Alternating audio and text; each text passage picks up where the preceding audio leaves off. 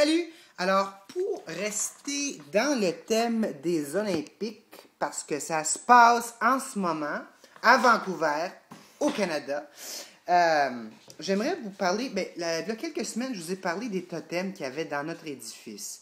Des belles sculptures, puis que c'était quelque chose de riche culturellement qu'on a au Canada. Et puis quand j'étais sur la côte de l'Ouest cet été, j'ai ramené quelque chose que je veux partager avec vous. Alors j'ai ici un saumon qui a été sculpté en cèdre et puis qui a été teint d'une certaine couleur. On sait que c'est un saumon à cause des petites nageoires. OK?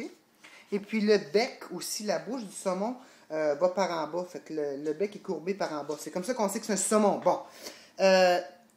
Pour les peuples de la côte de l'Ouest, le saumon est un animal super important parce que c'était vraiment une source importante de nourriture. Il y en avait dans presque tous les ruisseaux. Je pense qu'il y a 5 sortes de saumon là-bas. Et puis, tous sont nés dans des ruisseaux avec de l'eau fraîche. Et puis, ils vont tous à la mer, de l'eau salée. Et puis, ils reviennent ensuite pour pondre leurs œufs pour mourir.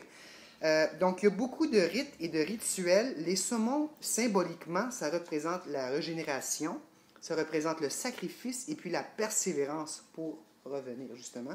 Et puis, c'est ça, il y avait beaucoup de rites, beaucoup de rituels, et puis beaucoup d'importance qu'on donnait. Donc, même quand on avait fini de le manger, c'était important de remettre les os dans la mer pour redonner à la mer ce qu'on avait pris. Fait qu'il y avait vraiment un respect.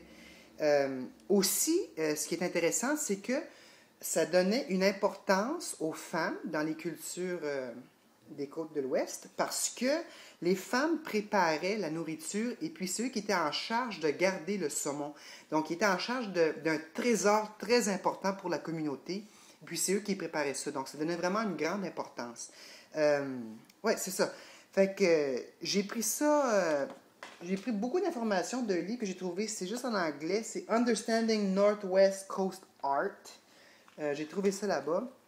Sinon, je suis certain qu'il y a plein d'informations à l'Internet. Mais ce qui est intéressant, c'est que tous les animaux ont une symbolique parce qu'on croyait que, dans la mythologie, on croyait à quelque part que les animaux, à un moment donné, se sont transformés en êtres humains. Il y a beaucoup de transformations et d'échanges entre animal et être humain, et puis les caractéristiques de chaque animal ou de chaque animal, et puis le symbolisme dans tout ça. Donc, je vous encourage de faire une petite recherche là-dessus.